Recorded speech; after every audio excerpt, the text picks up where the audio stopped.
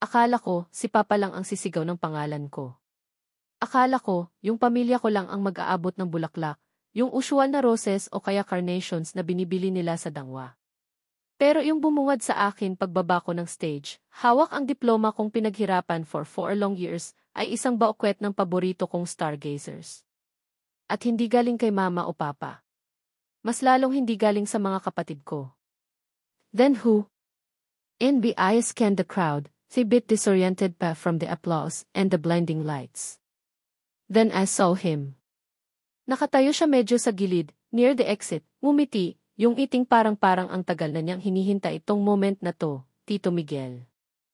Shit! Si Tito Miguel. Anong ginagawa niya rito? In my heart did a word somersault. Parang nahulog yung bituka ko, tapos biglang umakyat sa lalamunan ko. Kilig. Ewan. More like gulat na maihalong something I couldn't quite name. For a second, nakalimutan ko yung ingay sa paligid, yung hiyawan ng ibang graduates, yung init ng toga ko. All I could see was him. Si Miguel Roque. 38 years old, successful architect, best friend ng papa ko since high school, and by secret, super-duper mega crush since was, like, 15. He looked dashing, as always. Kahit nakasimple lang siyang light blue polo shirt na medyo fitted, and dark slacks, parang angat pa rin siya sa lahat. Yung buhok niya, may mga iilang hibla na ng puti sa may temples, pero it just added to his distinguished look. He wasn't conventionally handsome like yung mga Korean actors na tinitilya ng mga kaibigan ko, pero there was something about him. Yung tindig, yung paraan ng pagtingin niya, yung calmness niya. It was captivating. Lalo na ngayon, yung mga mata niyang seryoso, may sparkle. Lumapit siya. Oh by God, papalapit siya. Congratulations, Elena, he said, his voice low and warm, parang yung favorite kong hot chocolate on rainy day. Inabot niya yung stargazers. Your dad told me how much you love these. In my hands were shaking a bit when I took the flowers. Ang bango. Tito Miguel, thank you po. Hindi ko po in-expect na darating kayo. Nanginginig pati boses ko, leche. Control yourself, Elena. He chuckled. Yung tawa niyang yun, parang musika sa tenga ko. Of course, I wouldn't miss your graduation for the world. I saw you grow up, parang kailan lang, you were just this little girl na umiiyak kasi nadapa ka sa bike. Napangiti ako, genuine smile this time. Naalala niya pa yun? I was probably 7 or 8 back then. Siya pa nga yung nagbuhat sa akin pa uwi. Grabe, tito, naaalala niyo pa yun? Every detail, he said, and his eyes met mine. This time, iba yung tingin niya. Parang may something deeper. Parang hindi lang yung Tito Miguel na kalaro ko ng chess o taga-advise sa akin about school projects. It was a look that made my cheeks burn. Nag-iwas ako ng tingin, kunwari inaamoy yung bulaklak. Elena! Anak! Biglang nawala yung magic. Yung boses ni Papa tumatagos. Nakita ko siyang papalapit kasama si Mama. Nakangiti si Mama, pero si Papa seryoso yung mukha. He looked at Miguel, then at me, then back at Miguel. There was a fraction of a second na parang nag-iba, yung expression niya, something I couldn't decipher. Nestor, bati ni Tito Miguel, yung ngiti niya bumalik na sa dati, yung friendly, casual smile. Nagmanhug sila. Congrats, your daughter's a graduate now. Ang bilis ng panahon. Nga, Papa said, but his voice was a bit strained. Or was it just me? Salamat sa pagpunta, Miguel. Hindi ka na dapat nag-abala pa. Naku, wala yun. It's Elena's big day. Tito Miguel winked at me and in my heart did another stupid flutter. Nagpicture-picture kami. Si Mama, tuwang-tuwa. Si Papa, he was smiling for the camera, pero I could feel the tension. Para bang may invisible wall sa pagitan naming lahat. Or maybe, sa pagitan lang nila ni Tito Miguel and me. After a few more pleasantries, Tito Miguel said, Sige, Nestor, mauna na ako. May meeting pa ako, dumaan lang talaga ako to congratulate Elena. Once again, congratulations. I'm very proud of you. He gave my shoulder light kiss. Yung simpleng hawak na iyon parang nag-spark. Thank you po ulit, Tito Miguel. Ingat po kayo. I tried to sound casual, pero yung boses ko, parang may sariling buhay, medyo breathy. He nodded at the parents and started to walk away.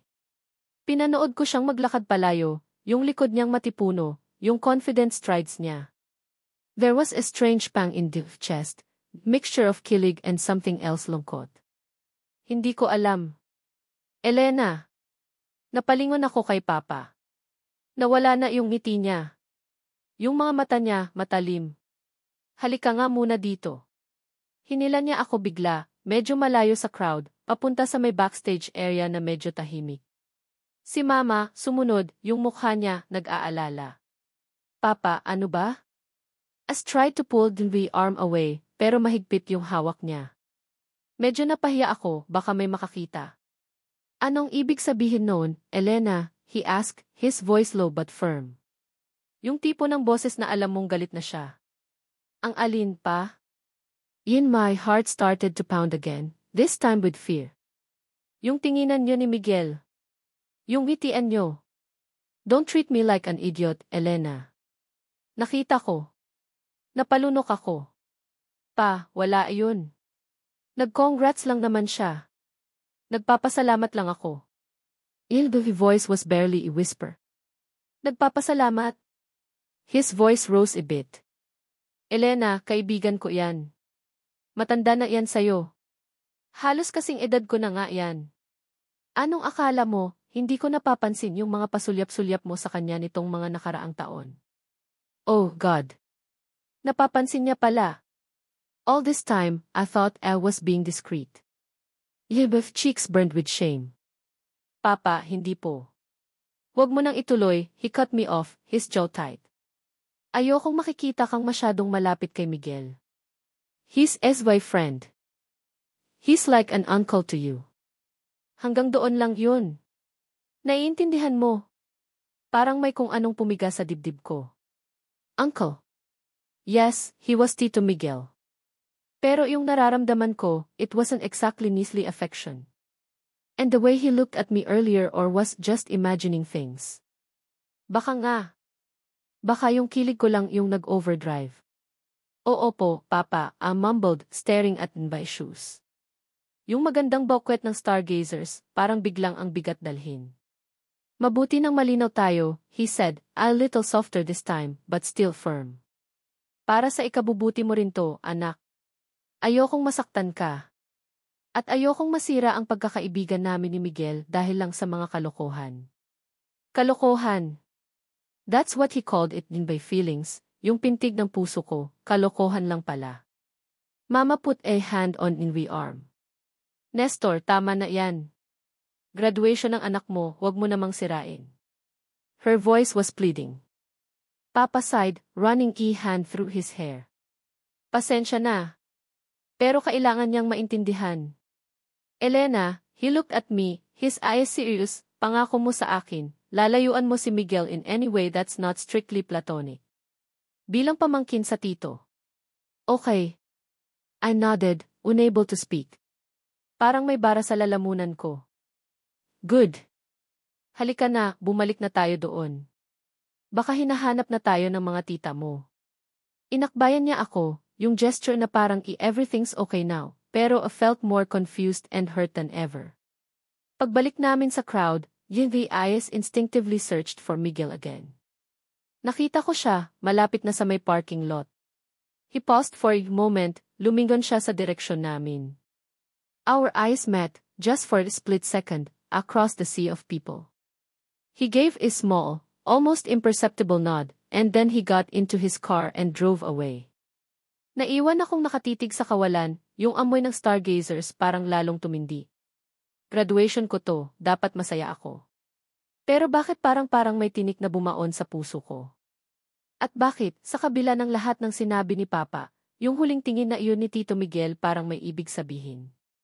Or baka, tulad nga ng sabi ni Papa, kalokohan ko lang lahat. Lumipas ang ilang linggo matapos ang graduation, medyo bumalik na sa kinormal ang lahat. Well, yung ginormal na version kung saan si Papa ay extra mapagmatsyag sa bawat kilos ko, lalo na kapag nababanggit ang pangalan ni Tito Miguel.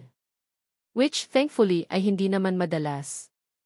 Busy si Papa sa business, si Mama sa mga social civic activities niya, at ako, busy sa pag-iisip kung paano ko ba i-dismiss yung mga sinabi ni Papa at yung mga tingin ni Tito Miguel noong araw na yun. Was it all in the head? Was just a silly girl with crush? Probably. Sabi ko sa sarili ko, move on, Elena. Maraming isda sa dagat, yung mga kaedad mo. Pero yung puso, di ba? Minsan, may sariling utak. One afternoon, I was at a bookstore in Greenbelt, looking for new releases. Medyo yun yung naging escape ko lately. Books. At least sa mga pahina nila, pwede akong mag-imagine ng kahit anong happy ending, kahit anong what ifs. Biglang may nag-text. Unknown number. Elena. This is Miguel Roque. Tito Miguel mo. Are you free for a quick coffee? I'm just around the area. May gusto lang sana akong i-check sa'yo about that library project your dad mentioned might be able to help with for your Tita Ruby's community sa probinsya. Yin my heart leaped. Si Tito Miguel. Agad kong na-save yung number niya. Yung library project. Matagal na naming pinag-uusapan iyon ni Tita Ruby, yung kapatid ni Mama na nakatira sa Isla de Clara. It was the passion project of hers, and I've always wanted to help. Pero si Papa, medyo hesitant pa. And now, Tito Miguel was offering to help. Nag-type ako ng reply, then binura. Type elite. Bura. Papa's words echoed in Effie's head. Ayokong makikita kang masyadong malapit kay Miguel. Pero this was about the library. For Tita Ruby. For the community. Hindi naman to date, di ba? Coffee lang. Professional. Sort of. Hi Tito Miguel. Sure po. I'm just at Greenbelt. Where po kayo? I hit send before I could overthink it again. Ang bilis ng tibok ng puso ko. He replied almost instantly. Great. There's a small coffee shop near the chapel. Kita tayo doon in 15? Okay po. See you. Nagmamadali akong nag-ayos ng sarili sa reflection ng bookstore window. If my hair was a mess. Yung suot ko, plain white shirt and jeans lang. Bakit ba hindi ako nag-ayos ngayon? Kalma, Elena. Coffee lang too, hindi to fashion show. The coffee shop was tucked away in a quiet corner, yung tipo ng lugar na hindi masyadong pansinin, but cozy. May ilang tables lang sa labas, shaded with large potted plants. Nakita ko siya agad, nakaupo sa isa sa mga table, may hawak na kape, nakatanaw sa malayo. He looked different. More relaxed, less ng architect in a meeting vibe. He was wearing a simple dark gray v-neck shirt and faded jeans. He actually looked younger. Or maybe it was just the lighting. Lumapit ako. Tito Miguel. He looked up, and that familiar warm smile spread across his face. Elena. Buti nakarating ka. Have a seat. Tumayo siya to pull chair for me. Ang gentleman. Paano to naging uncle ilang? Thank you po. Umupo ako, medyo conscious sa sarili ko. Sorry po kung natagalan. Not at all. I just got here myself. What do you want to drink? Yinroy treat. Iced latte na lang po. Thank you. He signaled a waiter and ordered for me. There was a moment of comfortable silence. Or maybe comfortable lang for him. Ako, medyo awkward pa rin. So, he began, stirring his coffee. Your Tita Ruby's library. Your dad mentioned she's been trying to get it off the ground for years. Ah, opo. Finally, something I could talk about without the voice shaking. Matagal na po niyang dream yun. She wants a place where the kids on the island can read and learn, especially since yung public school library doon, medyo kulang na sa resources. I see. It's a good project. I'd be happy to help out with the design, maybe even source some materials or connect her with people who can donate books. Pro bono, of course. Talaga po? And my eyes lit up. Wow! That would be amazing, Tito Miguel. Matutuwa po si Tita Ruby. Actually, matutuwa po kaming lahat. He chuckled. It's the least I can do. I have a soft spot for projects like that. Besides, he paused, looking at me, I know how passionate you are about it too. I remember you telling me about it last Christmas, yung plans mo pa nga to volunteer there during summer. Naalala niya yun? In my heart did a little skip. Opo. Gusto ko po sanang mag-organize ng reading sessions for the kids. Dumating yung iced latte ko. Thank you, I murmured to the waiter. So, aside from saving the world one library at a time, anong plano mo ngayon that you've graduated? He asked, yung tono niya, casual, parang interested talaga. Well, Papa wants me to help out sa company. Maybe start sa marketing department. Pero to be honest, Tito, I'm still trying to figure things out. I took a sip of Eva latte. It was good. Parang ang bigat ng adulting face. He smiled, a knowing smile. Tell me about it. I remember when I was your age, fresh out of college, I had absolutely no idea what I wanted to do with Eva life. Dila's dad wanted me to be a lawyer. Can you imagine me as a lawyer? He laughed. Parang hindi po bagay, I giggled. Masyado kayong creative. Exactly. I wanted to build things, create spaces. Pero yung pressure from family, di ba? Minsan, it's hard to say no. He looked out at the trees for a moment, a shadow passing over his face. I actually ran away from home for a few months. Po. Nagulat ako. Si Tito Miguel, yung epitome of calm and collected, nag-run away. He chuckled, a bit self-deprecatingly. Worked as a barista, bookstore clerk, anything just to survive and prove the point. Eventually, bumalik din ako. Nagkausap kami ng maayos ng parents ko. They agreed to let me pursue architecture, as long as I promised to be the best at it. He winked. Pressure pa rin, pero at least it was for something I loved. I was captivated. Hindi ko to alam. All these years, I only saw him as Papa's successful best friend, the one who seemed to have it all figured out. Hearing him talk about his struggles, his younger self, it made him more real. More human. Wow! Hindi ko po yun alam. Parang ang tapang niyo po. More like desperate, he corrected, smiling. Pero learned a lot from that experience. Learned na minsan, kailangan mong ipaglaban yung gusto mo, kahit gaano pa kahirap. And that it's okay not to have all the answers right away. He looked at me, his gaze soft. You're young, Elena. You have so much time to explore, to make mistakes, to figure things out. Don't let anyone rush you. Not even your dad. Yung huling sentence na iyon parang may meaning. Parang alam niya. Nagkwentuhan pa kami. About his first few projects, yung mga challenges na hinarap niya. About my small frustrations with finding the own path. He listened intently, nodding, asking questions. For the first time in a long time, I felt understood. Yung tawa ko, hindi pilit. Yung ngiti ko, abot tenga. It was just easy.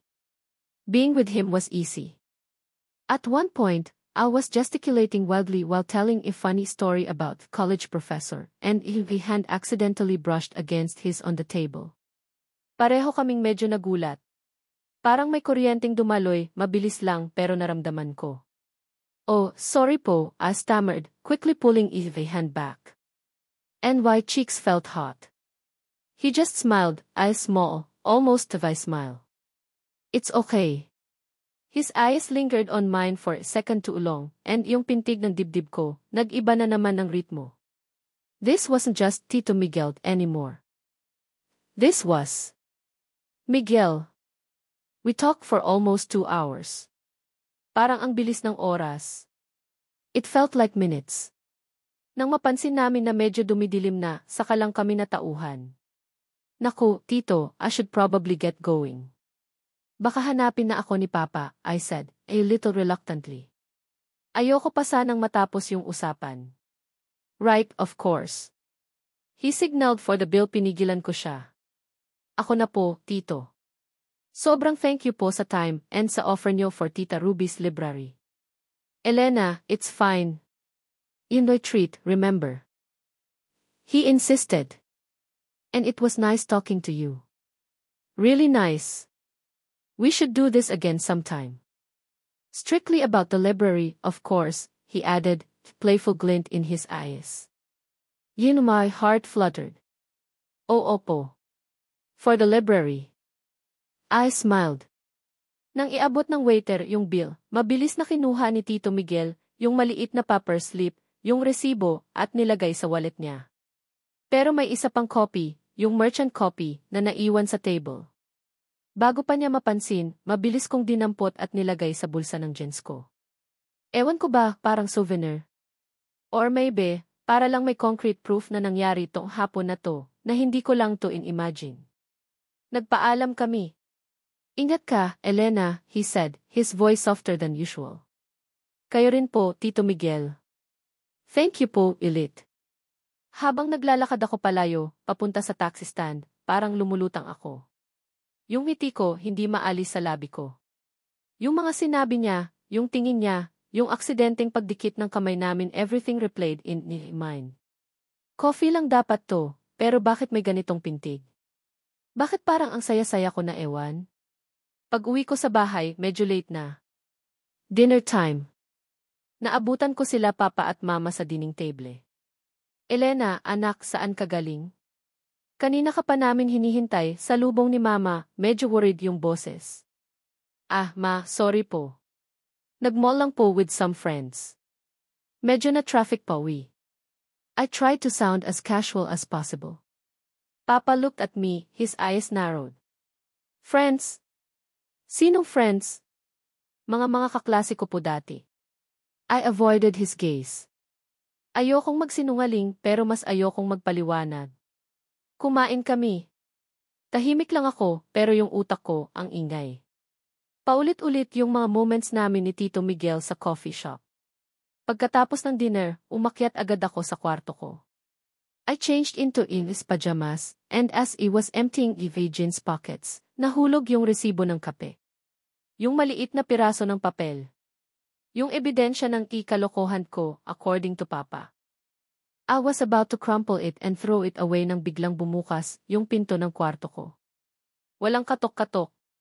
Si Papa. Yung mukha niya hindi maipinta. Elena, he said, his voice dangerously calm. Pwede ko bang makita yung hawak mo? In my blood ran cold. Paano niya nalaman? Nakita niya ba? In my hand instinctively tightened around the receipt. Papa, wala po to, basura lang. Basura. He took a step closer. O baka naman resibo yan galing sa isang coffee shop sa Greenbelt, kasama ang Tito Miguel mo. Nanlaki yung mga mata ko. Paano? Nakita ko kayo, he said, his voice now trembling with suppressed anger. Don't even clear sight to deny it, akala mo ba hindi ko malalaman? May tumawag sa akin. Isang concerned friend daw. Sinabi niya, nakita raw kayong dalawa, nagtatawanan, parang magjowa. In my heart sank to dim by stomach. Sino? Sino na nakakita sa amin? At bakit kailangang isumbong pa kay Papa? Papa, hindi po ganon. Splitted, desperation creeping into Dinby's voice. Nag-usap lang po kami about sa library project ni Tita Ruby. He offered to help. Coffee lang yun, Papa. Promise. He let out a harsh laugh, yung tawa na walang bakas ng saya. Coffee lang. Elena, hindi ako pinanganak kahapon. Kitang-kita ko sa mga mata mo kanina pagdating mo. Yung ngiti mo. Akala mo maluloko mo ako. His voice was rising, yung ugat sa lig niya, kitang-kita na. Sinabi ko na sa'yo, di ba? Sinabi ko nang layuan mo siya. Kaibigan ko iyon. How could you do this to me? To him? Nanginginig na ako sa takot. Tears started to well up in my eyes. Papa, please maniwala po kayo. Wala po kaming ginagawang masama. Wala pang ginagawang masama? He snatched the receipt from his hand. Tinignan niya iyon, tapos tinignan ako, yung mga mata niya, puno ng galit at disappointment. Yun yung mas masakit. Ito yung wala lang. Elena, for God's sake. He's almost 20 years older than you. Ano to, laro-laro lang sa'yo? Hindi po. I sobbed. Papa, hindi po laro to, totoo pong nag-usap lang kami tungkol sa library. Enough, sigaw niya at napapiksi ako. Ayoko nang marinig ang kahit anong paliwanag mo. Starting tomorrow, you are grounded. Wala kang pupuntahan kundi school, kung mag-aaral ka pa, o dito sa bahay. At ibibigay mo sa akin yung cellphone mo. No more secret rendezvous. Naiintindihan mo. Tumulo na iyong mga luha ko. Grounded. Cellphone confiscated. Parang teenager ulit. Pero yung takot ko, hindi lang dahil sa parusa. It was the way he looked at me. Parang yung tiwala niya sa akin, biglang nag-evaporate. Yung naramdaman kong saya at kilig kanina, parang binuhusan ng malamig na tubig. Napalitan ng takot, ng sakit. Coffee lang dapat to, isang simpleng kape. Paano nauwi sa ganito? The next few weeks were hell. Literal na impyerno sa sarili kong bahay. Papa was true to his word. Grounded ako as in house arrest levels. Yung cellphone ko, kinuha niya. Laptop, pwede lang gamitin for job hunting, at yun ay sa sala, kung saan kitang-kita niya ang bawat type ko. Para akong preso. Si Mama, she tried to reason with him, pero Papa was adamant. Disiplina lang to, Celia, he'd say. Para matuto siya. Matuto ng ano? Matutong huwag magkaroon ng feelings. Matutong huwag tumawa ng totoo kapag kasama yung taong. Yung taong nagpapasaya sa'yo kahit sandali lang. Ang pinakamasakit ay yung tingin ni Papa. Yung dating admiration and pride na palitan ng suspicion and disappointment. Every time our eyes met, parang sinasaksak yung puso ko. He barely spoke to me, and when he did, it was always curt, always with an underlying accusation. Si Tito Miguel iwan ko. Hindi ko alam kung anong nangyari sa kanya, kung kinausap din ba siya ni Papa. Siguro. Malamang. At yun ang mas lalo kong ikinalungkot. Napahamak pa siya dahil sa akin. Dahil sa isang simpleng kape. One Saturday afternoon, Tita Carol, Papa's older sister, and her daughter, Clara, came to visit. Si Clara, Libby cousin. Kaedad ko siya, pero we were never really close. Masyado siyang maarte. Yung tipong laging updated sa latest chismis, laging may comment sa itsura ng iba, at laging gustong maging center of attention. She was pretty, I'll give her that, in a very manufactured, trying hard kind of way. Palagi siyang nakabuntot kay Tito Miguel kapag may family gatherings, trying to get his attention. Medyo obvious na may crush din siya kay Tito Miguel, which made me dislike her even more. Elena, Hija, ang payat mo yata, bati ni Tita Carol, yung boses niya, dripping with fox concern. Okay ka lang ba? Balita ko, di ka raw masyadong lumalabas? I forced a smile. Okay lang po, tita. Busy lang po sa pag-a-apply ng work. Clara smirked. Really? Or baka naman, grounded ka, pinsan. She said the word grounded with such relish, yung parang ang sarap-sarap pakinggan para sa kanya. Elbow cheeks burned. How did she know? Chismosa talaga. Excuse me. Oh, come on, Elena. The walls have ears, you know. Lalo na sa pamilya natin.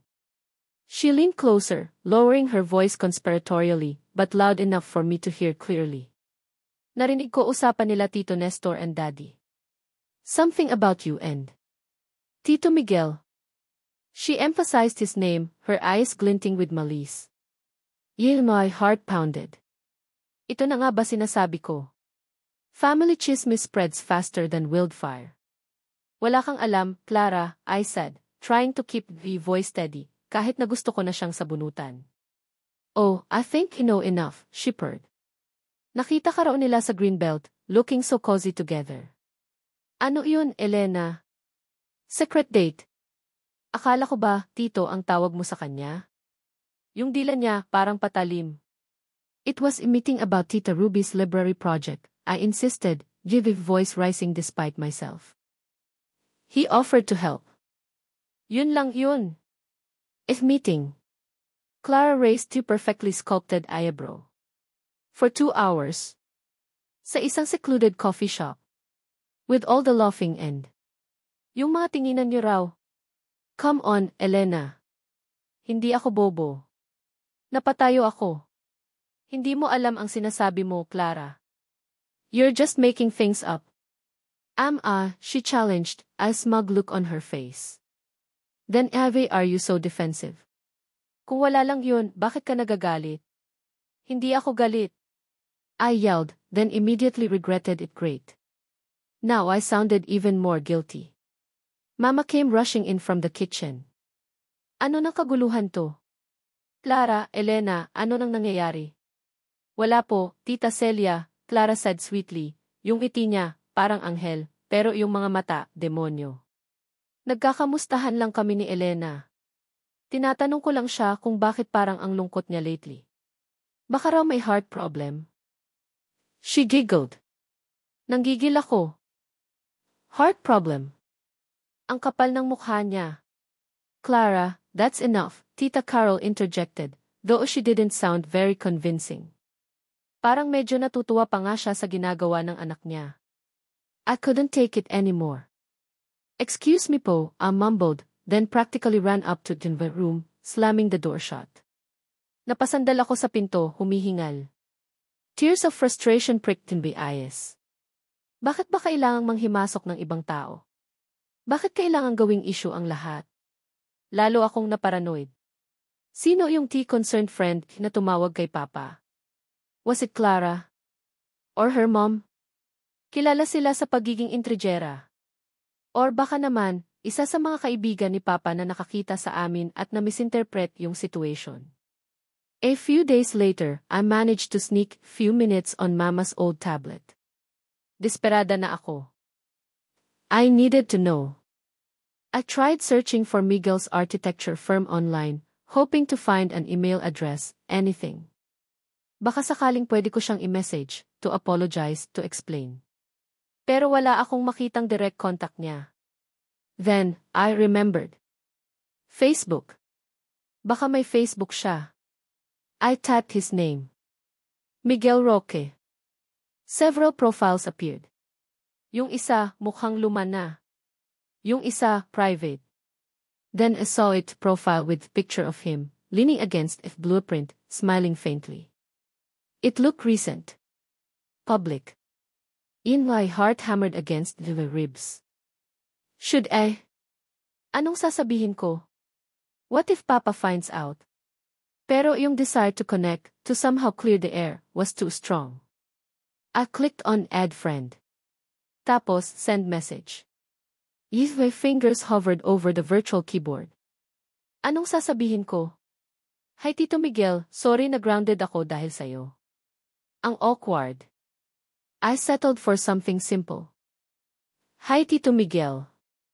It's Elena. I hope you're okay.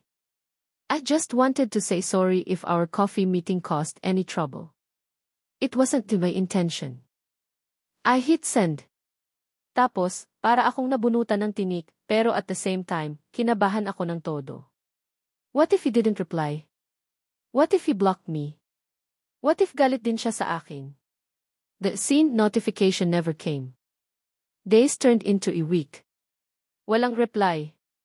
Parang lalo akong nalungkot. Maybe Papa was right. Maybe it was all just in my head. Maybe for Miguel, yung coffee na iyon, wala lang talaga. Just a kind gesture for his friend's daughter. One afternoon, I was staring out the window, feeling miserable, when I saw a familiar car park across our street. It was Miguel's car. My heart leaped. Anong ginagawa niya rito? Did he come to see me? To talk to Papa? Pero hindi siya bumaba.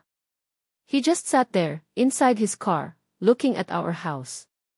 For a good 10 minutes, andoon lang siya. Nakatitig lang.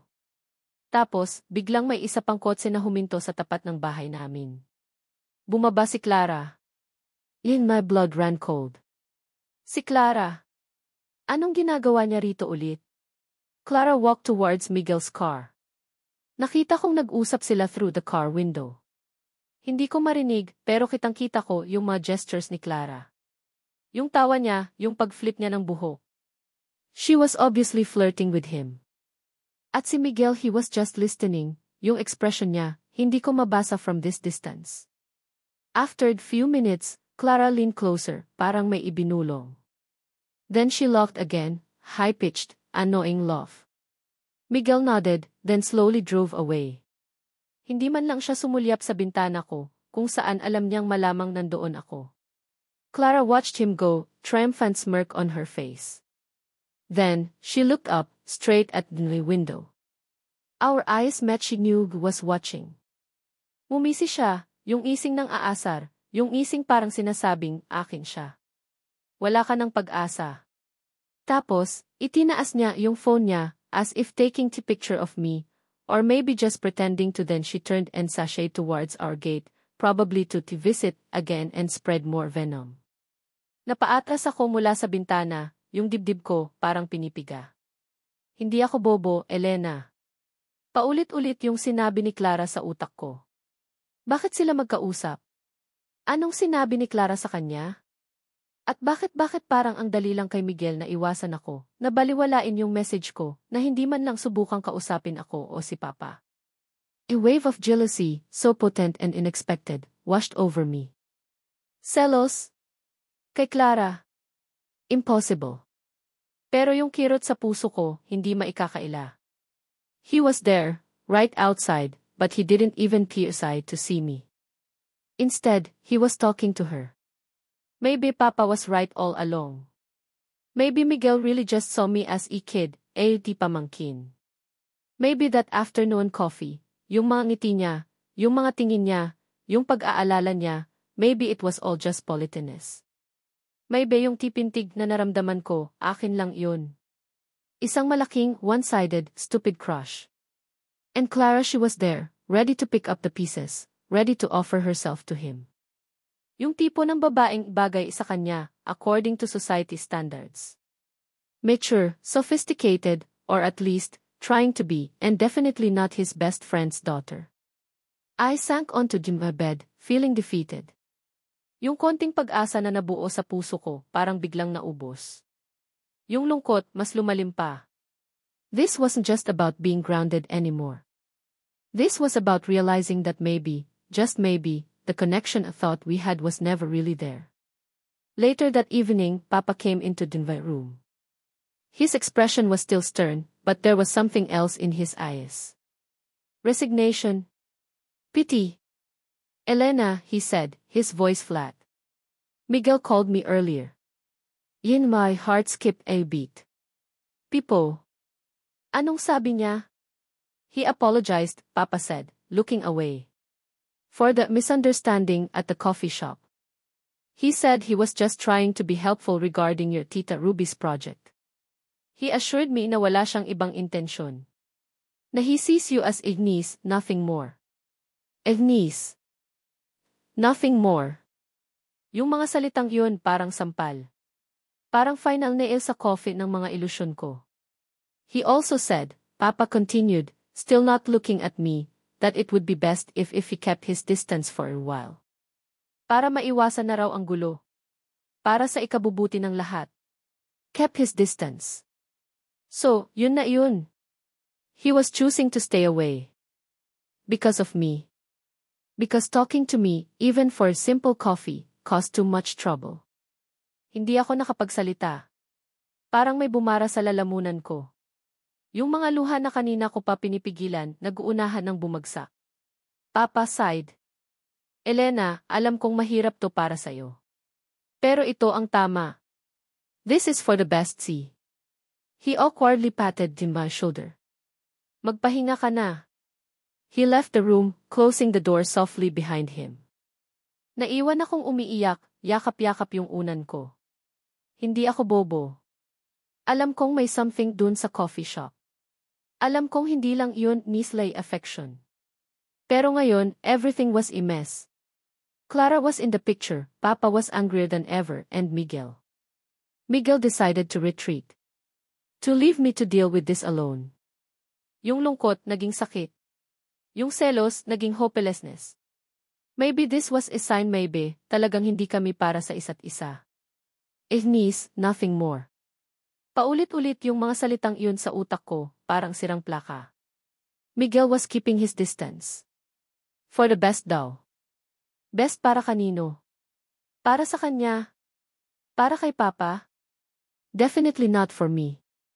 Pakiramdam ko, yung konting liwanag na nasilayan ko, bigla na namang tinakpan ng makapal na ulap.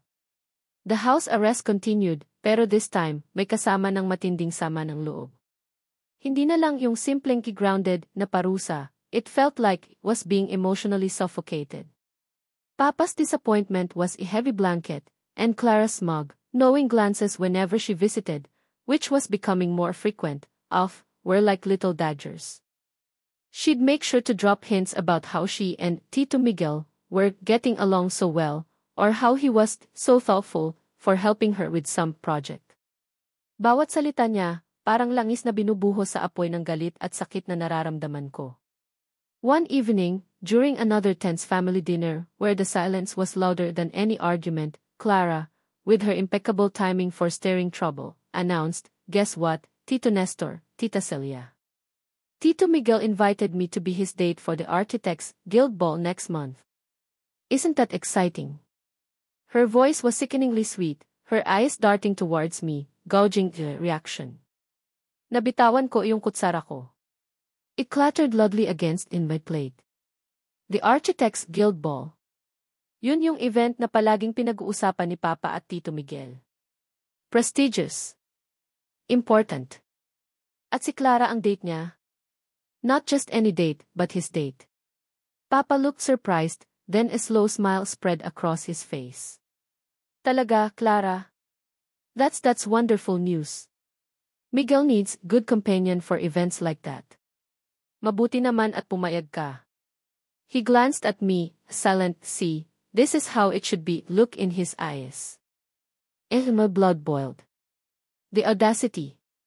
Yung kapal ng mukha ni Clara at yung parang tuwang-tuwa pa si Papa.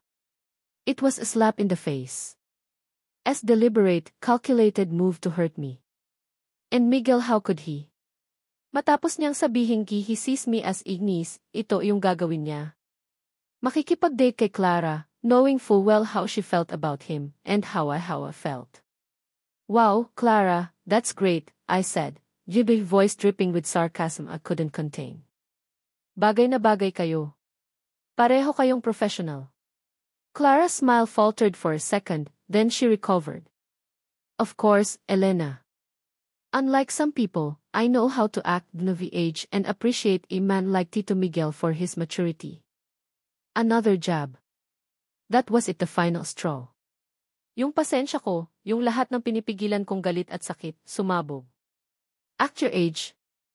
I stood up abruptly, the chair scraping loudly against the floor. Ikaw ba yan, Clara? Or yung desperate version mo na gagawin ang lahat para lang mapansin ng lalaking alam mong may ibang tinitingnan?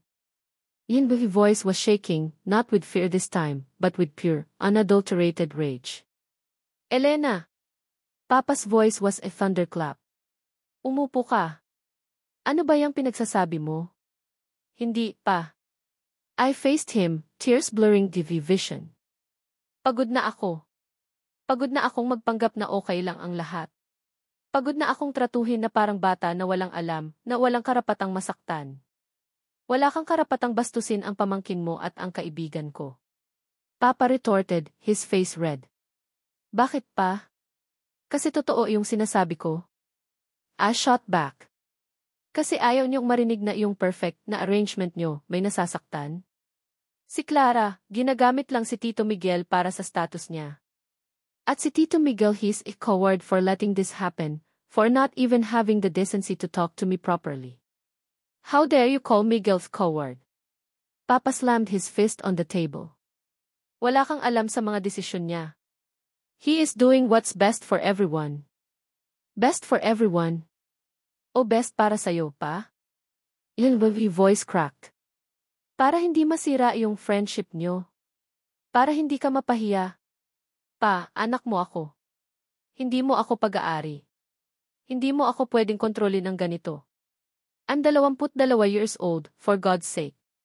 I can make my own decisions, my own mistakes. Mama was crying silently, her hands covering her mouth. Tita Carol was looking scandalized, while Clara had a shocked, yet strangely satisfied, expression on her face. Ito yung gusto niya, di ba? Ang magkagulo kami. Hanggat nakatira ka sa pamamahay na to, Elena, susunod ka sa akin. Papa roared. At hindi kita papayagang sirain ang buhay mo at ang reputasyon ng pamilyang to dahil lang sa isang kahibangan. Kahibangan? I loved, a harsh, broken sound. Kung kahibangan tong nararamdaman ko, pa, di sana hindi ako nasasaktan ng ganito. Sana hindi ako umiiyak gabi-gabi. Sana hindi ko na lang siya nakilala. The last words came out as a sob. I couldn't stay there a minute longer. I turned and ran out of the dining room, out of the house, not even bothering to get my bag or change out of his house clothes. Yung ulan, biglang bumuhos, as if the heavens were weeping with me. Pero wala akong pakialam. I just needed to get away. Away from the suffocating atmosphere, away from the judgment, away from the pain. Tumakbo lang ako ng tumakbo, walang direksyon. Yung mga luha ko, humahalo na sa ulan. My chest etched. My head was pounding. Nakarating ako sa may kanto, basang-basa, nanginginig sa ginaw at sa tindi ng emosyon. Where do I go? Wala akong pera. Wala akong phone. Then I remembered. Tita Ruby. My mom's sister. Isla de Clara. Yung library project. Yung lugar kung saan, for a brief moment, naramdaman kong may pag-asa. I knew it was a long shot. Gabi na. Umuulan. But I had to relay. Pumara ako ng taxi yung una kong nakita. Saan po tayo, ma'am? Tanong ng driver, medyo nag-aalangan tingnan yung itsura ko. Sa bus terminal po. Yung paprobinsya. Pabatangas Sporty. The voice was hoarse. The driver looked at me weirdly, then shrugged. Siguro sanay na siya sa mga drama ng pasahero. The ride to the terminal was a blur. All I could think about was Papa's angry face, Clara's triumphant smirk, and Miguel. Miguel's silence. Yung desisyon niyang lumayo. Pagdating sa terminal, I felt pang of panic. Paano ako makakabili ng tiket? Wala nga pala akong pera. I rummaged through LV pockets, hoping for a miracle. And then I found it, yung resibo ng cap. And tucked inside its fold, few crumpled bills. Siguro mga 300 pesos. Hindi ko alam kung bakit ko iyon nilagay doon. Maybe a subconscious act of rebellion, or if desperate hope for future escape. It wasn't much, but it was something. Bumili ako ng pinakamurang ticket papuntang Batangas Port from there. I'd have to figure out how to get to Isla de Clara. Bahala na. Habang nasa bus ako, the rain kept pouring. Yung bintana, puno ng raindrops, parang yung mga luha ko na ayaw tumigil. I felt so alone. So lost. But amidst the pain and confusion, there was a teeny spark of defiance. I made a choice. A reckless, impulsive choice, maybe. But it was the choice. Hindi na ako papayag na kontrolin nila ako. Hindi na. Hours later, a little past midnight, I arrived at Batangas Port. The rain had subsided to a drizzle. The place was chaotic, even at this hour. Porters shouting, ye mix of smells, anghit, diesel, and the sea. I asked around for boats going to Isla de Clara. Luckily, may isang small passenger boat na paalis ng madaling araw. I spent the next few hours huddled in a corner of the waiting area, shivering, hungry, and exhausted. Pero yung determination ko hindi nawala. I needed this. I needed to be away. I needed to breathe. Just before dawn, as I was about to board the rickety boat, I saw a figure walking towards me. My heart jumped. Si Papa ba to? Sinundan niya ako. Pero hindi. It was a local fisherman, one of Tita Ruby's neighbors. Kuya Ben, nakilala niya siguro ako. Elena! Ikaw ba yan, Hija? Gulat niyang tanong. Anong ginagawa mo dito? Gabi na ah. Hinahanap ka ng Tita Ruby mo. Ko. Hinahanap po ako. Tumawag yung mama mo sa kanya kanina pa. Nag-aalala. Sabi niya, umalis ka raw ng bahay. So mama called Tita Ruby. Of course. Part of me felt guilty for making them worry. But another part felt a sliver of relief. At least Tita Ruby knew. Habang nasa bangka kami, papunta sa Isla de Clara, yung araw, unti-unti nang sumisikat. The area was painted with hues of orange and pink. It was beautiful. A stark contrast to the storm raging inside me. Nang makarating kami sa maliit na pantalan ng Isla de Clara, Tita Ruby was there, waiting. Yung mukha niya, puno ng pag-aalala, pero may ngiti. She rushed towards me and pulled me into a tight hug. Elena, anak. Diyos ko, anong nangyari sa'yo? Basang-basa ka. Ayos ka lang ba? I just clung to her and finally, the tears I had been holding back since the bus ride flowed freely. Tita. Tita, I ran away. She held me tighter. Alam ko, alam ko. Halika na, umuwi na tayo. Magpahinga ka muna. Mag-usap tayo mamaya. As we walked towards her small, simple house near the beach, the sun was fully up. The island was waking up. The air smelled of salt and flowers. It was peaceful.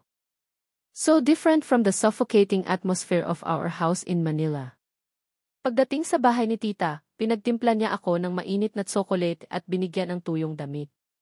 I sat on her small wooden porch, looking out at the sea. The waves were gentle, a soothing karakida.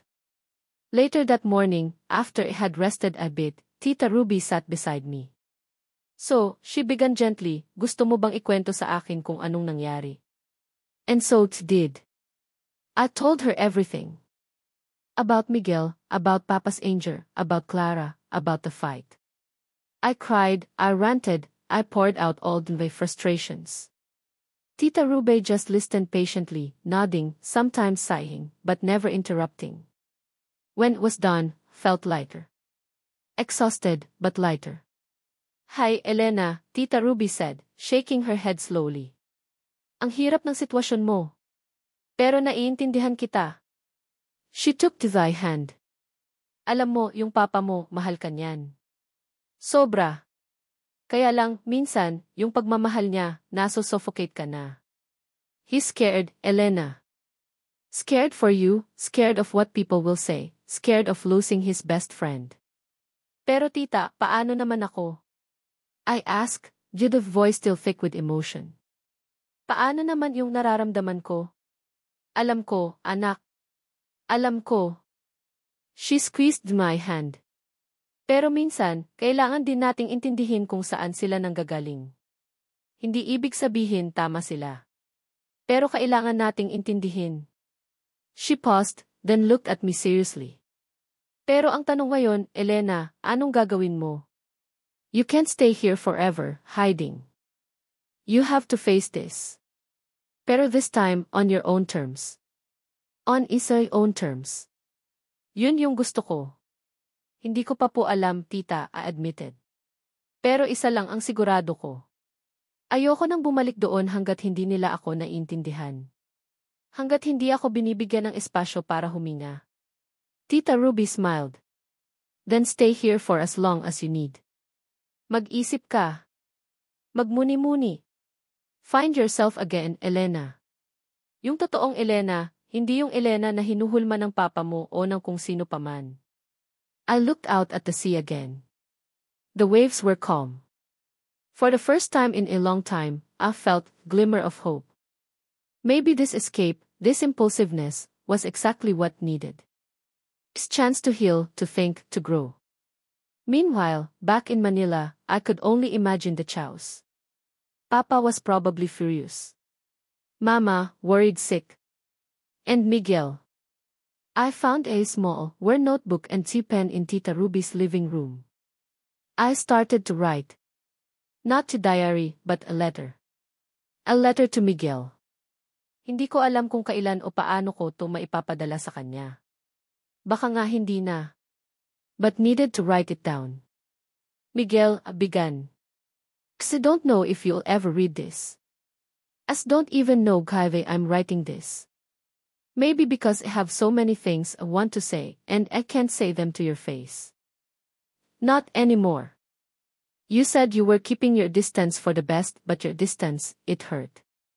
It hurt more than Papa's anger, more than Clara's taunts. Because for a moment there, at that coffee shop, I thought there was something. Something real. Was wrong? Was it all just in the head? Papa said you see me as a niece. Maybe that's true. Maybe it was just a foolish girl who misread everything. Pero yung sakit, totoo. Yung kilig, totoo. Yung pag-asa, totoo. I'm far away now. I needed to breathe. I needed to find myself again. Don't know what the future holds. Don't know if our paths will ever cross again in the same way. But I want you to know this, hindi ako aalis sa isip mo. That afternoon, it happened. And no matter how much you tear aside to deny it or run away from it, it was real for me. And I think, for a moment, it was real for you too. Maghihintay ako. Not for you to come and rescue me like some damsel in distress. But I'll wait for the day when I'm strong enough, when you know who I am, and when I can finally look you in the eye and not feel this crushing weight of confusion and hurt. Maybe then, we can talk. Properly. Without anyone else's opinions or interference. Until then, goodbye, Miguel. Elena. I folded the letter carefully and tucked it away. Hindi ko alam kung ano ang magiging epekto nito, o kung mababasa man lang niya. But somehow, writing it down felt like a small act of reclaiming the own story. Miguel had chosen to retreat in silence. Ako naman, I chose to leave, but not without a word. Umuulan pa rin paminsan-minsan sa Isla de Clara, pero this time, yung ulan parang naglilinis. Naghugas ng sakit, ng galit. Dahan-dahan. Life in Isla de Clara was a stark contrast to the suffocating opulence of our Manila home. Dito, simple lang ang lahat. Yung hangin, sariwa. Yung mga tao, palangiti. Yung dagat, laging nandyan, paalala na may mas malawak na mundo kaysa sa mga problema ko.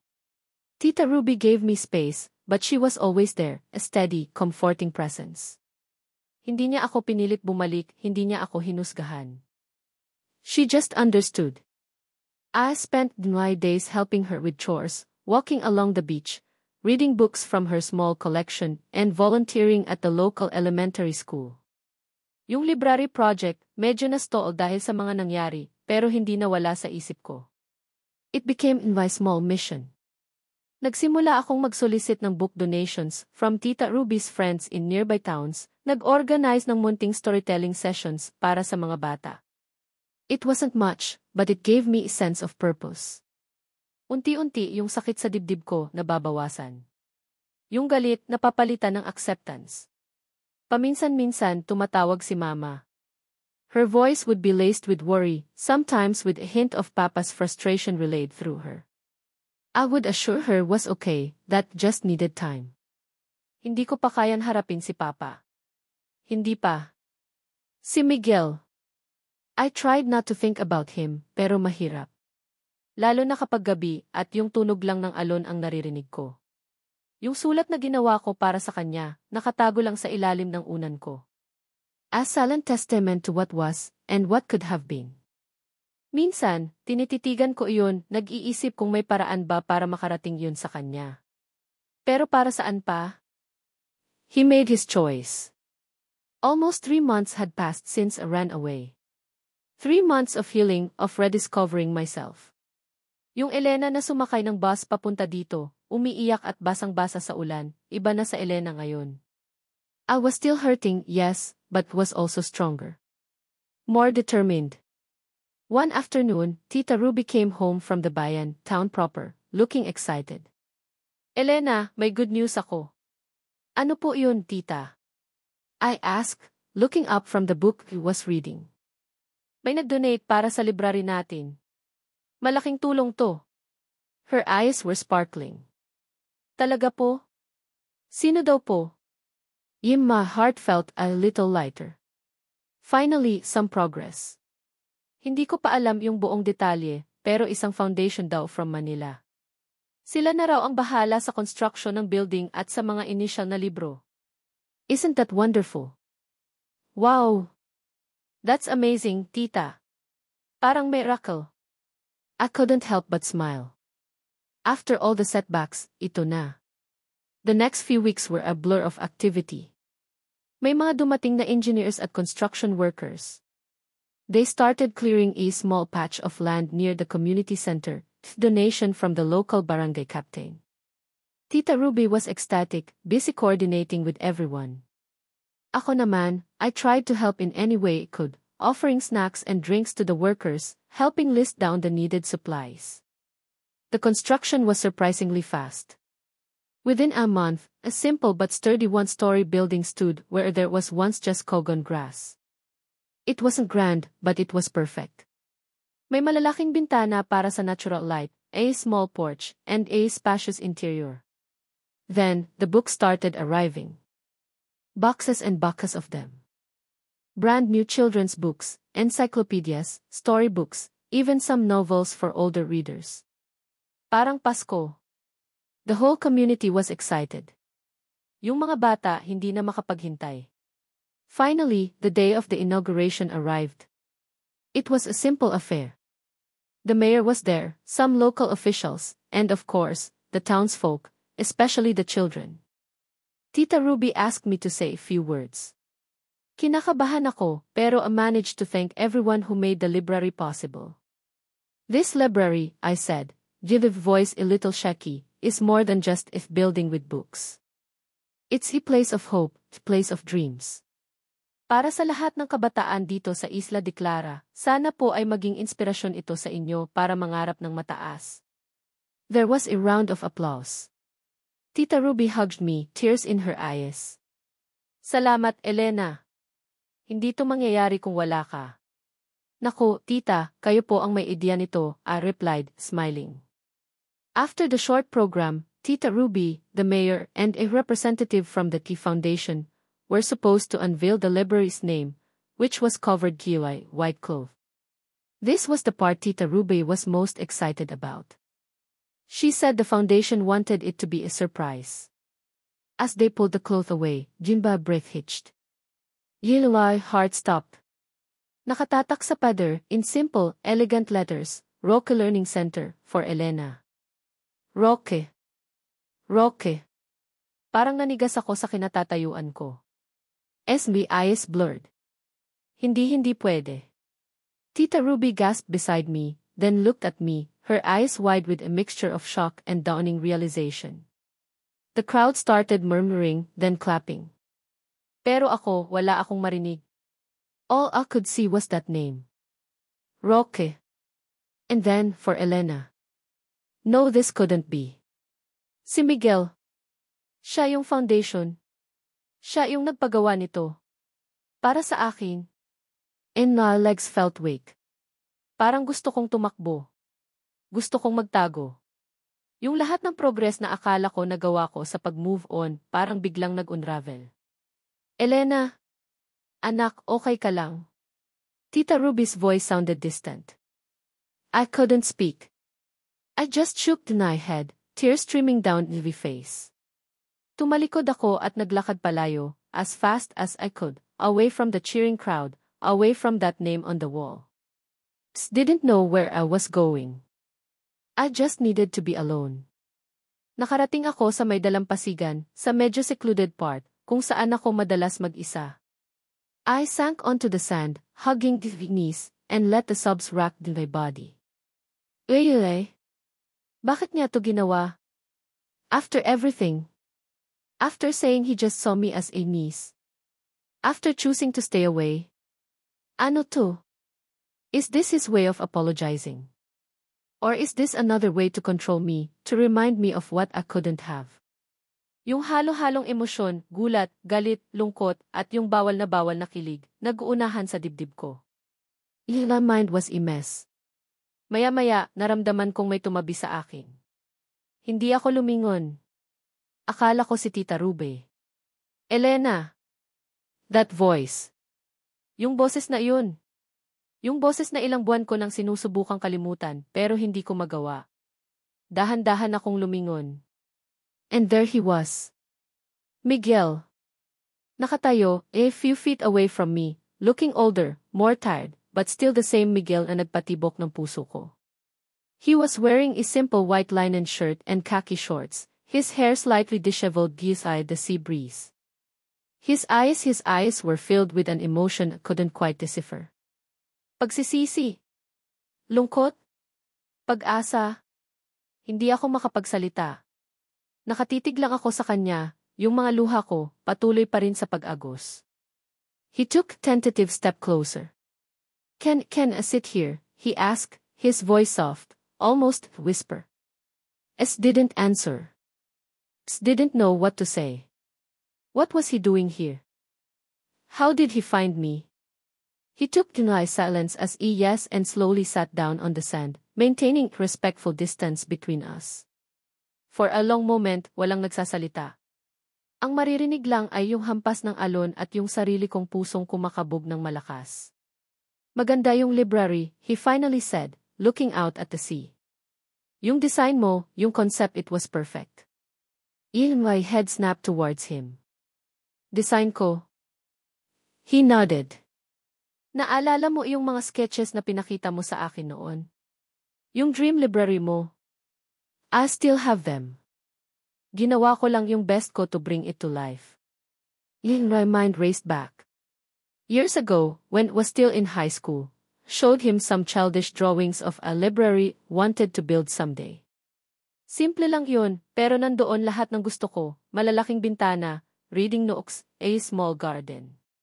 Hindi ko akalain na naaalala pa niya yun. Let alone build it. Bakit? I finally managed to ask, Jinbig's voice hoarse. Bakit mo to ginawa, Miguel? Didn't call him Tito. I couldn't. Not anymore. He turned to me, his eyes searching mine. Because owed you an apology, Elena. A real one. Not the kind you gave your father. He paused, then continued, his voice filled with regret. I was a coward. Natakot ako.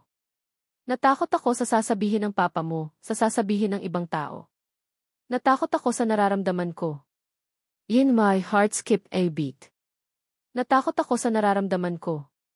Anong ibig niyang sabihin? When you left, see. He swallowed hard, when you ran away, it was like a wake-up call. Narealize ko na yung best for everyone na sinasabi ko, ako lang yung pinoprotektahan ko. Sarili ko lang. Naduwag ako. And I hurt you in the process. I hurt you badly. I am so sorry, Elena. His apology sounded sincere. Yung mga mata niya nangungusap. Pero yung sakit nandito pa rin. Sorry. I echoed, bitter laugh escaping my lips. Ganon lang yun, Miguel. Isang library tapos okay na lahat. Matapos mo akong iwan sa ere. Matapos mong hayaan si Papa na kamuhian ako, na ituring akong parang kriminal. Matapos mong hayaan si Clara Nati. I couldn't finish the sentence. The image of him and Clara at the Architects Guild ball flashed in my mind. A shadow crossed his face. Clara, that was a mistake. A stupid, desperate attempt to create distance. To convince myself, and everyone else, that didn't feel anything for you. But it backfired. It just made me realize how much I was denying. Denying what, Miguel? Expressed, needing to hear it, needing to understand. He looked straight into Jim's eyes, his gaze intense, unwavering. Denying that from the moment I saw you at your graduation, holding those stargazers, something shifted inside me. Denying that our coffee meeting wasn't just about library project. Denying that every time I looked at you, I saw more than just Nestor's daughter. I saw a beautiful, intelligent, passionate woman who made me feel alive again. Something I haven't felt in a very, very long time. My breath hitched. Yung mga salitang iyon parang iyon yung matagal ko nang gustong marinig. Pero kasabay ng kilig, may takot. May pag-aalinlangan. Pero you said. Papa said you see me as Ignis, I whispered, the old hurt surfacing. I know. And I hate myself for saying that, for letting him believe that. Pero natakot ako, Elena. Natakot ako sa age gap natin, sa sasabihin ng pamilya mo, sa sasabihin ng mundo. Didn't want to ruin your life, or FY friendship with your father. So, this liberality. I gestured vaguely, this is your grand gesture. Your way of saying sorry and then what? Babalik ka na sa Manila and we pretend this never happened. He shook his head, pained expression on his face. No, this library, this is the way of showing you na yung pangarap mo, pangarap ko rin. Na yung importanteng bagay sa'yo, importante rin sa akin. This is the way of saying na kahit anong mangyari, I will always support you, Elena. Even from the distance, if that's what you still want. He reached into his pocket and pulled out something. A small, folded piece of paper. And a letter. Yung sulat na akala ko, hindi na niya mababasa. And my eyes widened. Paano yan napunta sa'yo? Tita Ruby, he said with a small smile. She's a very wise woman. Sinabi niya sa akin, basahin mo to, Miguel. Baka sakaling matauhan ka. He unfolded it carefully. Your words, Elena. Hindi ako aalis sa isip mo. Maghihintay ako. They hunted me. Every single day. He looked up at me, his eyes pleading. Ako rin, Elena. Hindi ka umalis sa isip ko. At naghintay din ako. Naghintay ako ng tamang pagkakataon para bumalik, para humingi ng tawad, para sabihin sa iyo yung totoo.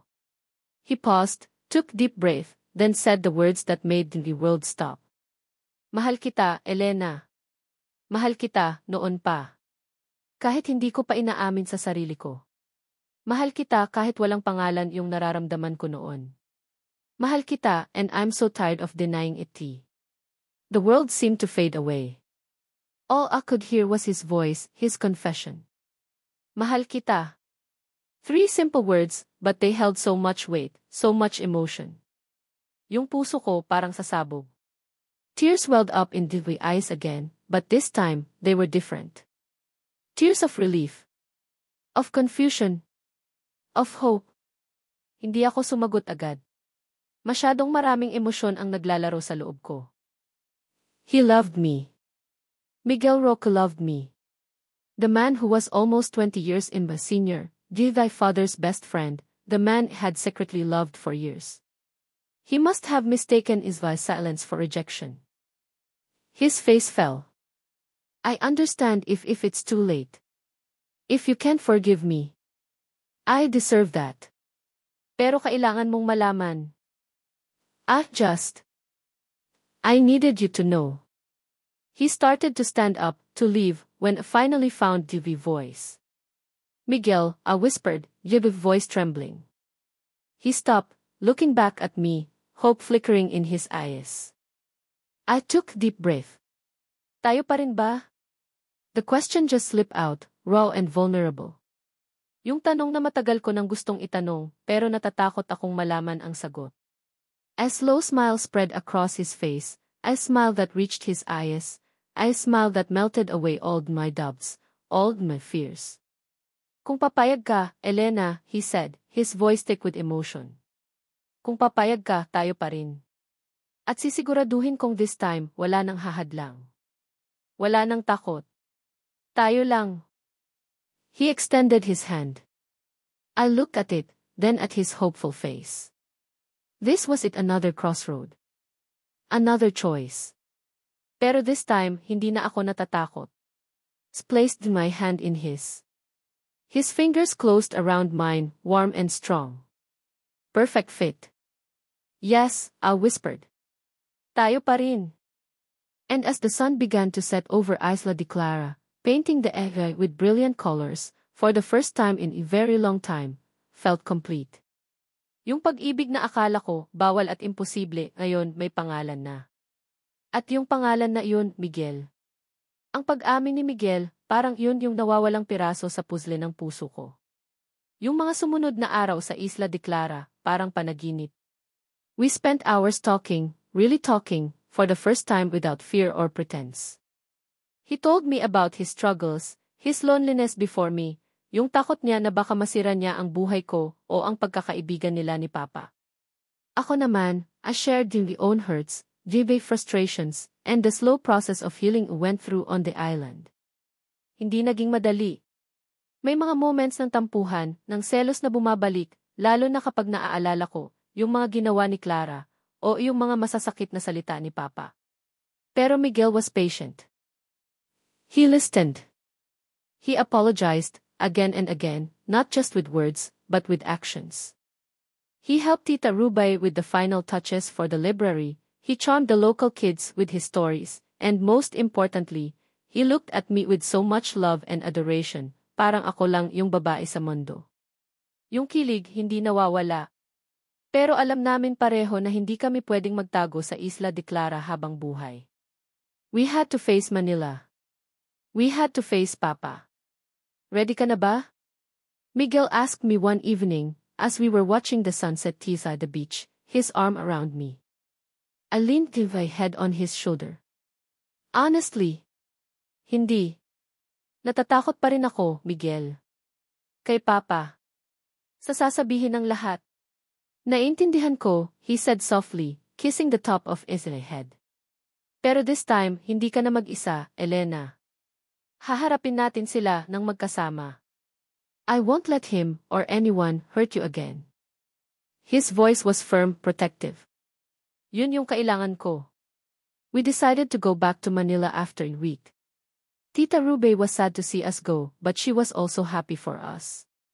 Magpakatatag kayo, mga anak, she said, hugging us both. Love is always worth fighting for. The drive back to Manila was quiet, mixture of anticipation and anxiety. Pagdating namin sa bahay, huminga ako ng malalim. This is it. Si Mama ang unang sumalubong sa amin. Her eyes widened when she saw Miguel with me, holding his hand. Then, a slow smile spread across her face. Relief. Elena. Miguel. Salamat sa Diyos, umuwi na kayo. She hugged me tightly, then looked at Miguel. Salamat, Miguel, sa pag-uwi mo sa kanya. It's good to be back, Tita Celia, Miguel said respectfully. Pwede po ba naming makausap si Tito Nestor? Mama's smile faded a bit. Nasa study room siya. Medyo hindi pa rin maganda ang timpla. Pero sige, puntahan niyo na. My heart was pounding as we walked towards Papa's study. Miguel squeezed my hand reassuringly. Kumatok kami. Pasok, Papa's gruff voice came from inside. Pagbukas ng pinto, nakita namin si Papa, nakaupo sa desk niya, maraming papel na nakakalat. He looked up, and his eyes narrowed when he saw us. Especially when he saw our intertwined hands. Anong ginagawa niyo ritong dalawa? He asked, his voice cold. At ano yang hawak kamay na yan? Nestor, Miguel began, his voice calm but firm. We need to talk. About me and Elena. Papa snorted. Talk? Anong pag-uusapan natin, Miguel?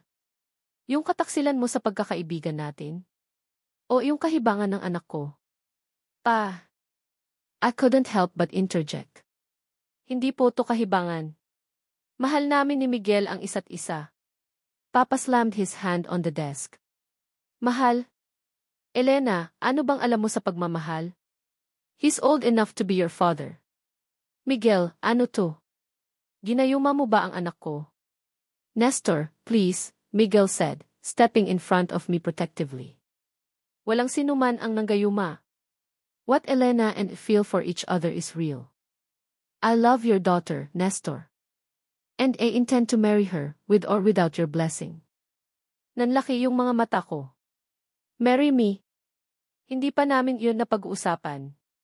Pero yung conviction sa boses ni Miguel, it sent thrill through me. Papa stood up, his face turning red. Marry her. Are you out of your mind, Miguel? Over the dead body. Hindi ako papayag na sirain mo ang buhay ng anak ko. Hindi niya sinisira ang buhay ko, pa. I cried out. Masaya ako sa kanya. Siya yung nagpapasaya sa akin. Hindi mo ba yun makita? Ang nakikita ko lang ay isang matandang lalaki na sinasamantala ang kahinaan ng isang bata. Papa roared. Hindi ako bata, pa. At hindi ako pinagsasamantalahan. The argument was escalating. Mama came rushing in, trying to pacify Papa. Nestor, tama na yan.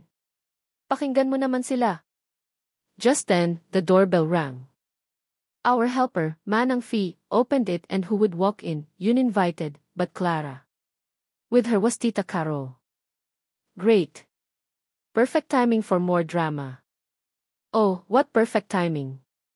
Family reunion Beto. Clara said, her voice dripping with sarcasm as she surveyed the scene, Papa fuming, Mama distressed, me and Miguel standing defiantly together. Nakabalik na pala ang Runaway princess. At kasama pa ang knight in shining armor niya. She smirked at Miguel. Clara, this is not the time, Miguel said, his voice tight with annoyance. Oh, but I think it is, Tito Miguel, Clara countered, her eyes glinting. She walked closer to him, her hips swaying. Nakita mo? This is what happens when you choose someone inappropriate. Someone who causes trouble. Someone who doesn't understand you. She deliberately brushed her arm against his. I felt a surge of jealousy, but stood to the ground. Kung hindi mo siya kayang mahalin ng tama, Tito Miguel, Clara continued, her voice now seductive poor, looking directly at him, ako na. I can love you better. Mas bagay tayo. We both know that. She even had the audacity to tear and take his hand. Miguel pulled his hand away as if had been burned. Clara, stop it, wala kang alam sa nararamdaman namin ni Elena. Oh, I think you do, she hissed. Then she turned to me. At ikaw, Elena? Ano bang nakita mo sa kanya? Yung pera niya? Yung status? Or baka naman, daddy issues lang yan? That was it, mas mahal ako ni Miguel, Clara, I said, Jinbi's voice surprisingly calm despite the storm raging inside me. Mahal niya ako for who I am, not for what he can get. Something you'll never understand. Clara's face contorted with rage. How dare you? Enough. Papa's voice boomed, silencing everyone. He was clutching his chest, his face pale. He started coughing, a racking, painful cough. Nestor. Mama rushed to his side. Anong nangyayari sa'yo? Papa slumped onto his chair, gasping for breath. Too big. I need water. Panic filled the room. Miguel was instantly at Papa's side, helping Mama. Tita Carol was frozen, while Clara just looked annoyed that the attention was no longer on her. Call a doctor. Miguel instructed Manang Fee, who quickly ran to the phone. The next few hours were a blur. An ambulance came and Papa was rushed to the hospital. The initial diagnosis, a mild heart attack, triggered Giva stress and extreme emotion. Iva guilt was immense. Ito na ba yung sinasabi nilang karma? Dahil sa akin, nagkasakit si Papa. At the hospital, we waited anxiously outside the gate. Mama was crying, Tita Carol was trying to comfort her, or maybe just trying to look concerned, and Clara.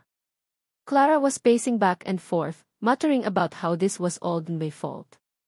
Miguel stayed in my side, holding his hand, his presence a silent source of strength. He didn't blame me. He just understood. The doctor finally came out.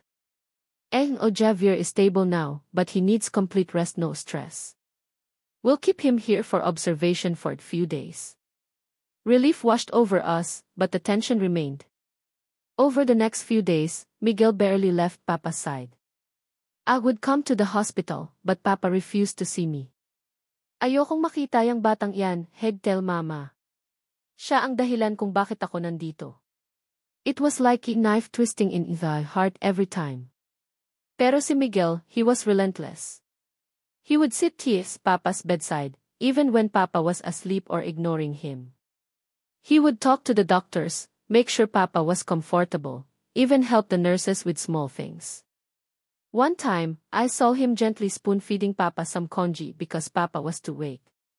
His company meeting, a very important one according to his secretary who called, Miguel cancelled it just to be there. He said, Nestor needs me more. Clara tried to visit, armed with flowers and a fake smile, probably trying to score points. But Papa, surprisingly, waved her away. Umuwi ka na, Clara. Magulo lang dito. Clara left in a huff, looking utterly defeated. Good. Slowly, I noticed change in Papa. He was still gruff, still distant towards me, but with Miguel there was a thawing. He started responding to Miguel's small talk. He'd even ask Miguel about his projects. One afternoon, peeked into the room and saw Miguel patiently reading the newspaper aloud to Papa. There was a quiet understanding between them, the kind that transcended words. One day, I gathered all the courage and went into Papa's room. Miguel was there as usual. Papa was awake, looking a bit better. I began, my voice trembling. Kamusta na po kayo? He looked at me, his expression unreadable. For a long moment, he just stared. Akala ko, sisigawan na naman niya ako. Then, he sighed, a long, weary sigh. Elena, he said, his voice weak but clear. Lumapit ka. I walked closer, my heart in my throat. Miguel gave my hand a supportive squeeze before letting go. Matigas talaga ang ulo mo, ano? Papa said, a hint of a smile playing on his lips. Or was imagining it. Manang-mana ka sa akin. Tears welled up in his eyes. Papa, I'm so sorry. Kung hindi po dahil sa akin. He raised a hand to stop me. Huwag mo nang sisihin ang sarili mo. Maybe this needed to happen. Para matauhan ako. He looked at Miguel, then back at me. All these years, akala ko, alam ko kung anong makakabuti sa'yo. Akala ko, mapoprotektahan kita gis controlling you. Pero mali pala ako. He paused, taking a shaky breath. Nakita ko kung paano kaalagaan ni Miguel dito sa ospital. Nakita ko yung sinseridad niya. He gave up important things just to be here for me. For an old man who has been nothing but cruel to him lately. His voice cracked. Kung iyon ang klase ng pagmamahal na kaya niyang ibigay sa kaibigan niya, paano pa kaya sa babaeng mahal niya? And my eyes met Miguel's. He was smiling, a soft, gentle smile. Papa looked at me again, his eyes misty. Elena, anak, patawarin mo si Papa. For not listening. For not understanding. For trying to run your life. And then, for the first time in what felt like forever, Papa cried. He reached for my hand, his grip surprisingly strong. All I ever wanted was for you to be happy, anak. Kung si Miguel ang kaligayahan mo, sino ako para tumutol? I was sobbing openly now, clutching his hand. Mama, who had just entered the room, was also crying. Miguel put a comforting arm around me and Mama. I choked out. Mahal na mahal po kita. Mahal din kita, anak. Sobra. It was a moment of raw emotion, of forgiveness, of reconciliation. The anger, the bitterness, it all seemed to melt away. Yung pader na matagal nang nakaharang sa amin ni Papa, bigla na lang gumuho. Clara, who had tried to make one last attempt to visit, saw the scene from the doorway. She saw Papa holding my hand, saw Miguel with his arm around me and Mama. She saw the genuine smiles, the tears of joy. Without a word, she turned and walked away, her shoulders slumped. For the first time, didn't feel hatred or triumph towards her. I just felt pity.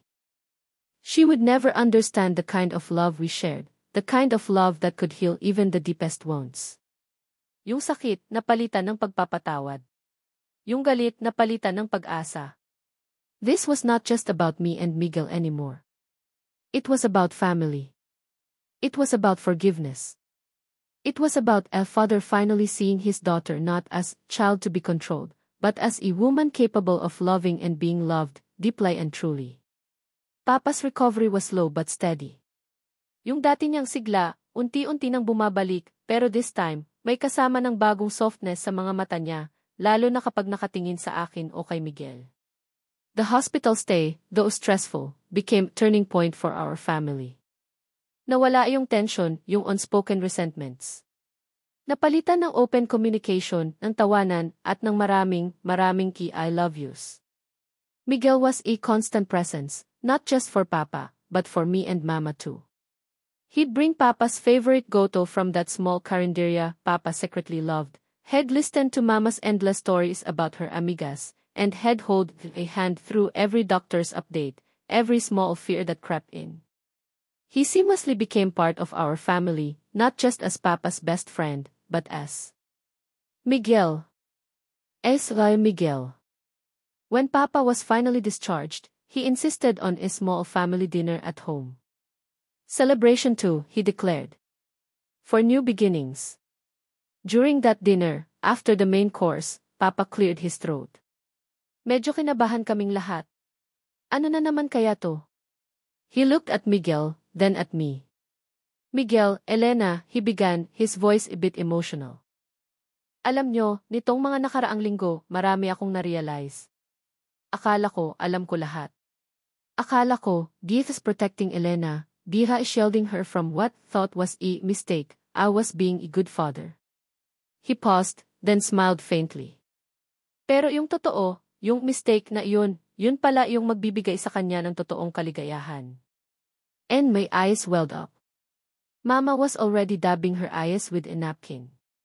Miguel, Papa continued, turning to him. You've been his best friend for decades. Nakita kitang lumaki magtagumpay. I trusted you with the business, with elf secrets. Pero hindi ko akalain na ipagkakatiwala ko rin pala sa'yo, yung pinakamahalaga sa akin, ang anak ko. He reached across the table and clasped Miguel's hand. Kaibigan pa rin kita, pare. Pero higit pa doon, pamilya na kita ngayon. I give you my blessing. Alagaan mo ang anak ko, Miguel. Mahalin mo siya ng higit pa sa pagmamahal na kaya kong ibigay. Miguel's eyes were suspiciously bright. Makakaasa ka, Nestor. Hinding-hindi ko pababayaan si Elena. She's in me everything. Then Papa looked at me, his eyes full of love. Elena, anak, I'm so proud of the woman you've become. Matapang, mapagmahal at may sariling isip. Patawarin mo ulit si Papa kung naging makitid ang utak ko. Ang gusto ko lang, yung kaligayahan mo. At kung yan ay nasa piling ni Miguel, then I'm truly, genuinely happy for you. I couldn't hold back the tears anymore. I stood up and hugged Papa tightly. Mahal na mahal po kita, Pa. Thank you po. Mahal din kita, anak. It was a beautiful, cathartic moment. Yung bigat na matagal ko ng pasan-pasan, tuluyan ang nawala. A few weeks later, Miguel asked me out on a proper date. Hindi na yung patagong kape.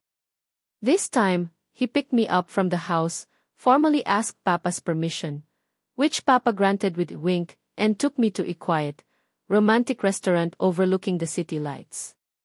We talked about everything and nothing.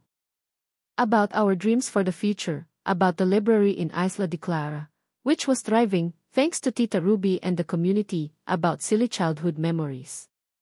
Yung tawa namin walang halong takot o alinlangan. Pure joy lang.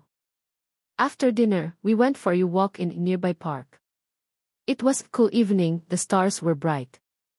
We found a secluded bench near a fountain. Elena, Miguel began, turning to face me. He looked a bit nervous, which was adorable. Asan? I asked, smiling. He took both Elvay hands in his. Alam mo, these past few months have been a roller coaster.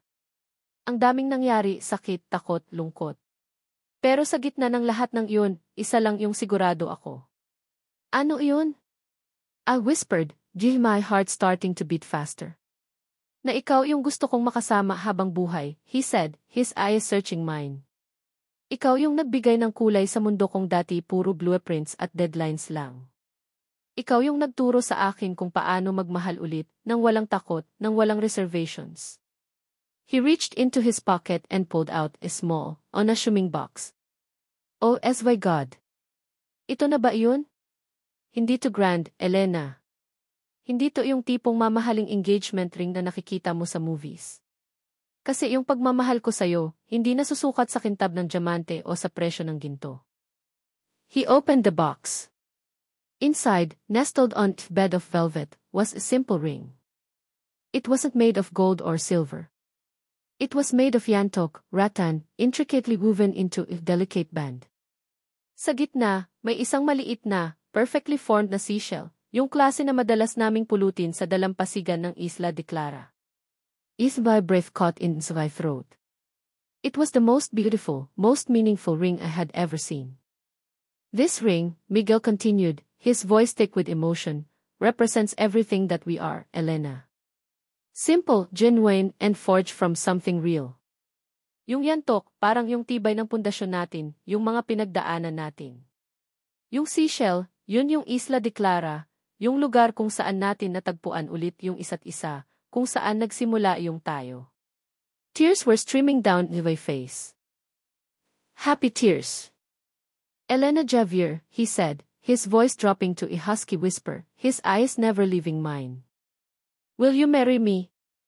Will you be my wife, Jibi partner, Jibi best friend, Jibi everything, for all the days of our lives? Hindi ako makapagsalita.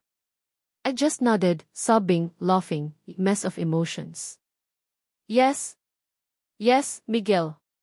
1,000 times, yes. He slipped the yantok ring onto Jinvei's finger. It fit perfectly. He then leaned in and kissed me, a kiss that was full of love, promise, and a future I couldn't wait to begin. Our wedding was not a grand, lavish affair. We decided to get married on the beach of Isla de Clara, the place that held so much meaning for us. Tita Ruby, of course, was our overjoyed wedding planner. It was a simple ceremony attended by our closest family and friends. Papa walked me down that hazel tiki path lined with seashells and driftwood on the sand. He was beaming with pride, his eyes misty. Mama was crying, but this time, they were tears of pure joy. Miguel was waiting for me at the makeshift altar, which was adorned with bougainvillea and sampaguita. He looked so handsome in his simple white barong, yung ngiti niya, yun yung iting unang nagpatibok ng puso ko. As I stood beside him, holding his hand, looking out at the calm, blue sea, felt a profound sense of peace. All the struggles, all the heart touches, they were all worth it. Our vows were simple, heartfelt, and spoken from the soul. We promised to love each other, to support each other, through thick and thin, for better or for worse. Walang halong showbiz, walang flowery words. Just pure, unadulterated love. During the reception, simple salu-salo beside the beach with lechon, fresh seafood, and lots of laughter, Papa gave a short, emotional speech. Alam nyo, he began, his voice a bit choked up, dati, ang lagi kong tinitingnan, yung edad. Yung agwat ng edad nila ni Miguel at Elena. Sabi ko, hindi pwede. Hindi tama. He looked at me and Miguel, who were holding hands, our yantok rings glinting under the afternoon sun. Pero ngayon, na-realize ko. Hindi na importante ang edad kung ikaw ang kasama. Ang importante, yung pagmamahalan. Yung respeto. Yung kaligayahan na nakikita ko ngayon sa mga mata ng anak ko, at sa mga mata ng bago kong anak na lalaki.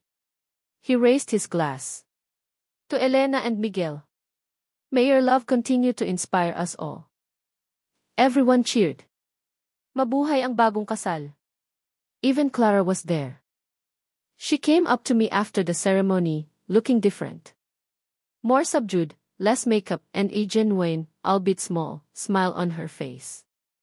Elena, she said, I just wanted to say congratulations. And I'm sorry for everything. I was surprised, but smiled back. Thank you, Clara. Apology accepted. Maybe people really can change. As the sun began to set, casting a golden glow over Isla de Clara, Miguel pulled me close for a dance on the sand. No music, just the sound of the waves and the beating of our hearts. Happy, Yemres Roque, he whispered in the ear, his breath warm against Envy's skin. I leaned my head on his chest, yung amoy niya, yun yung paborito kong amoy sa buong mundo. Happier than I ever thought possible, Divya Roque. He chuckled, holding me tighter. Mahal na mahal kita, Elena ko. Mahal na mahal din kita, Miguel ko. We swayed gently, lost in our own world. Yung mga bituin, isa-isang nagsisimulang lumitaw sa kalangitan. Yung hangin, may dalang pangako ng kinabukasan. Hindi na importante ang edad. Hindi na importante ang sasabihin ng iba. Ang importante, kami. Ang importante, yung pag-ibig na pinaglaban namin, yung pag-ibig na naghilom sa lahat ng sugat. And as I looked into Miguel's loving eyes, I knew, with every fiber of Esli being, that this was just the beginning of our beautiful, imperfect, and wonderfully real forever. Our love story, written not just in the stars, but in the sands of Isla de Clara, and in the very chambers of our grateful hearts. Mahal kong mga mambabasa. Una sa lahat, mula sa kaibuturan ng aking puso, maraming salamat sa inyong walang sawang pagsubaybay sa bawat kabanata ng pag-ibigan nila Elena at Miguel. Ang inyong bawat reaksyon, bawat komento, kung meron man tayong espasyo para doon, at ang inyong pananatili hanggang sa dulo ng kanilang kwento ay nagsilbing inspirasyon at lakas para sa akin. Sa totoo lang, habang isinusulat ko ang kanilang istorya, para na rin akong naging kasama nila sa kanilang paglalakbay. Bawat kilig, sakit, tampuhan, selos, pag-asa, at tagumpay nila Elena at Miguel ay naramdaman ko ng malalim.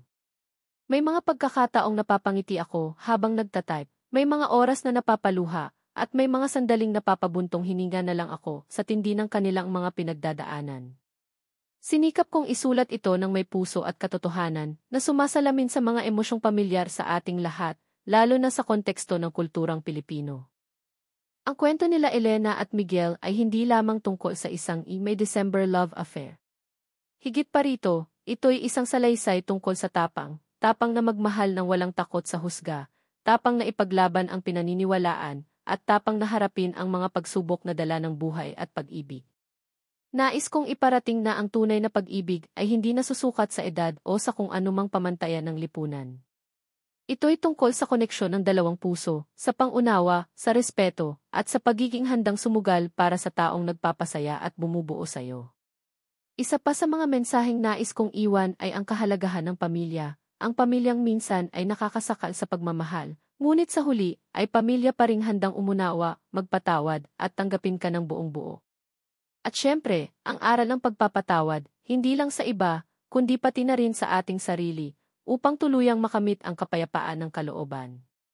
Kung ang kwentong ito ay nag-iwan ng marka sa inyong puso, kung kayo man ay kinilig, napaiyak, o nainis sa ilang mga karakter, alam ko kung sino ang tinutukoy nyo, inaanyayahan ko kayong ibahagi ito sa inyong mga kaibigan at mahal sa buhay.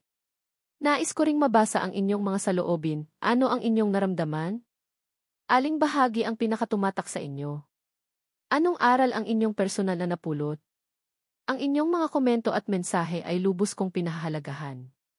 Muli, maraming salamat sa pagiging bahagi ng paglalakbay na ito.